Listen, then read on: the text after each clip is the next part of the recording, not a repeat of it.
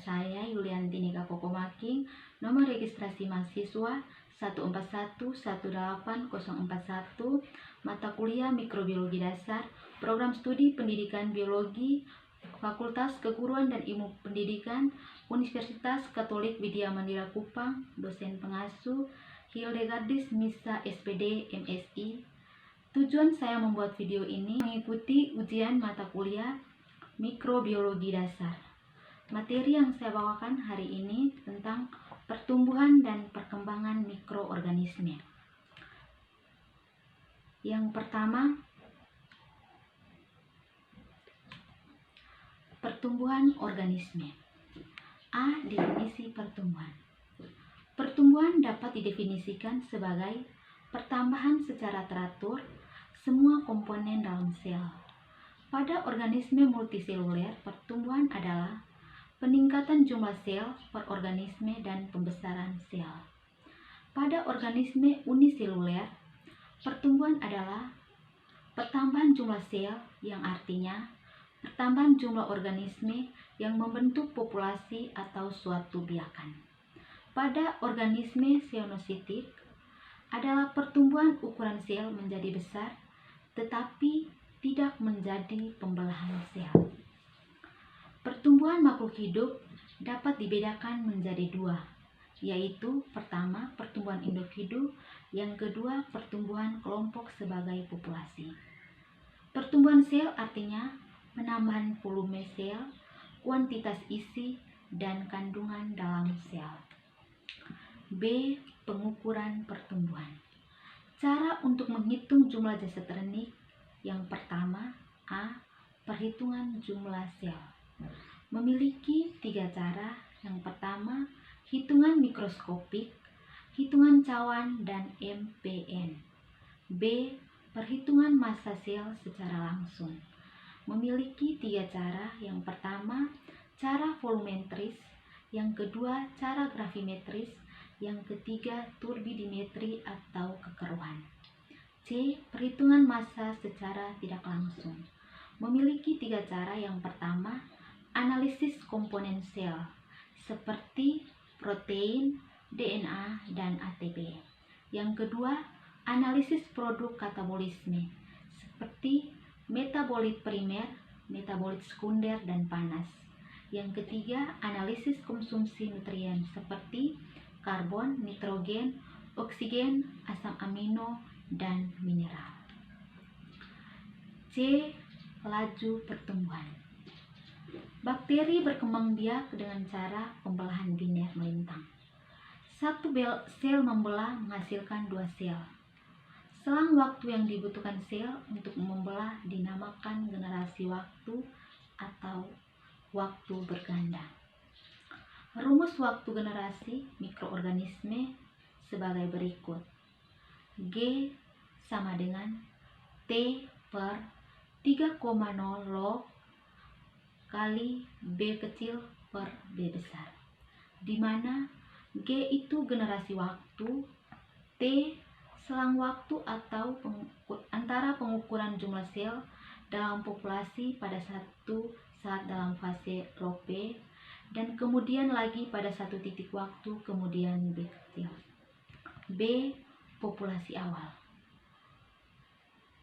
Log sama dengan 10 log, 3,0 sama dengan faktor konversi log 2 menjadi log 10. D. Pertumbuhan, kurva pertumbuhan. Pertama, fase adaptasi. Pada fase ini, zat renik menyesuaikan diri dengan substrat dan kondisi lingkungan sekitarnya. Jumlah fase ini bervariasi, cepat lambat tergantung pada kecepatan penyesuaian dengan lingkungan. Beberapa faktor yang mempengaruhi fase ini adalah medium dan lingkungan pertumbuhan, yang kedua jumlah inokulum, yang kedua fase pertumbuhan awal atau fase permulaan.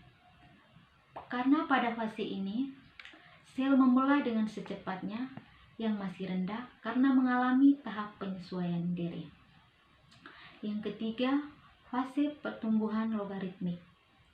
Pada fase ini, kecepatan pertumbuhan sangat dipengaruhi dipengaruhi oleh medium tempat, sepertinya pH dan kandungan nutrien, suhu dan kelembapan udara. Yang keempat, fase pertumbuhan lambat. Pada fase ini, pertumbuhan jasad renik sudah mulai lambat karena saat nutrisi di dalam medium sudah kurang dan saat sisa hasil-hasil metabolisme beracun atau menghambat jasad renik. Yang kelima, fase pertumbuhan tetap. Pada fase ini, populasi sel tetap karena jumlah sel yang tumbuh sama dengan jumlah sel yang mati. Yang keenam, fase menuju kematian dan fase kematian. Pada fase ini, populasi jasad renik mengalami kematian karena nutrien dalam medium yang sudah habis dan energi cadangan dalam sel habis. Faktor-faktor yang mempengaruhi pertumbuhan mikroba. Yang pertama, nutrien. Jasad renik membutuhkan nutrien untuk kehidupan dan pertumbuhan, yakni sebagai karbon, sumber nitrogen, sumber energi, dan faktor pertumbuhan yaitu mineral dan vitamin. B. Tersedianya air. Pertumbuhan jasad renik sangat dipengaruhi oleh jumlah air yang tersedia. Air digunakan oleh jasad renik adalah adanya solut dan ion yang dapat mengikat air dalam larutan, koloid dan hidrofilik yang menghambat pertumbuhan mikroba, dan air dalam bentuk kristal es yang tidak digunakan oleh jasad renik. Pengaruh NaCl terhadap pertumbuhan mikroorganisme. NaCl merupakan bahan pengawet yang paling tua digunakan sepanjang sejarah. NaCl mempunyai daya pengawet tinggi karena A. NaCl dapat mengurangi jumlah air dalam daging. B. NaCl menyebabkan protein daging dan protein mikrobio terdenaturasi. C. NaCl menyebabkan sel-sel mikroba menjadi lisis. D.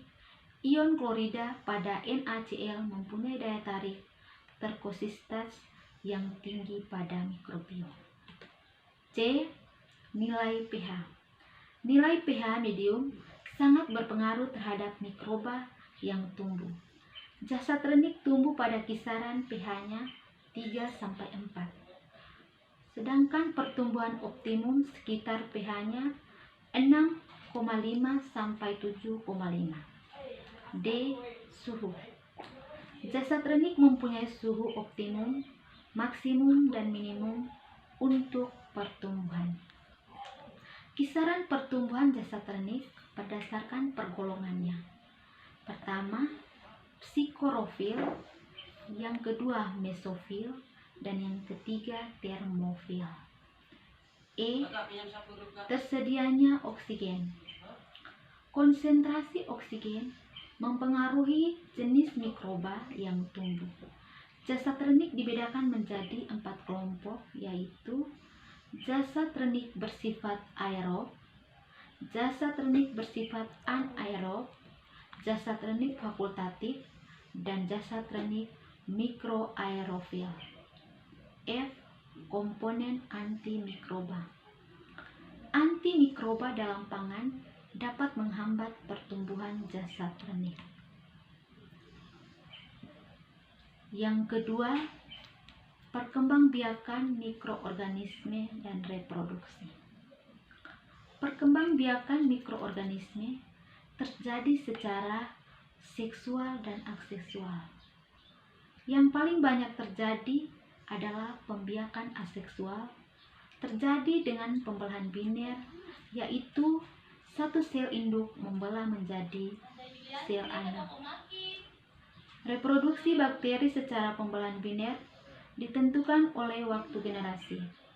Pembelahan biner pada bakteri adalah pembelahan biner melintang, yaitu proses reproduksi aseksual.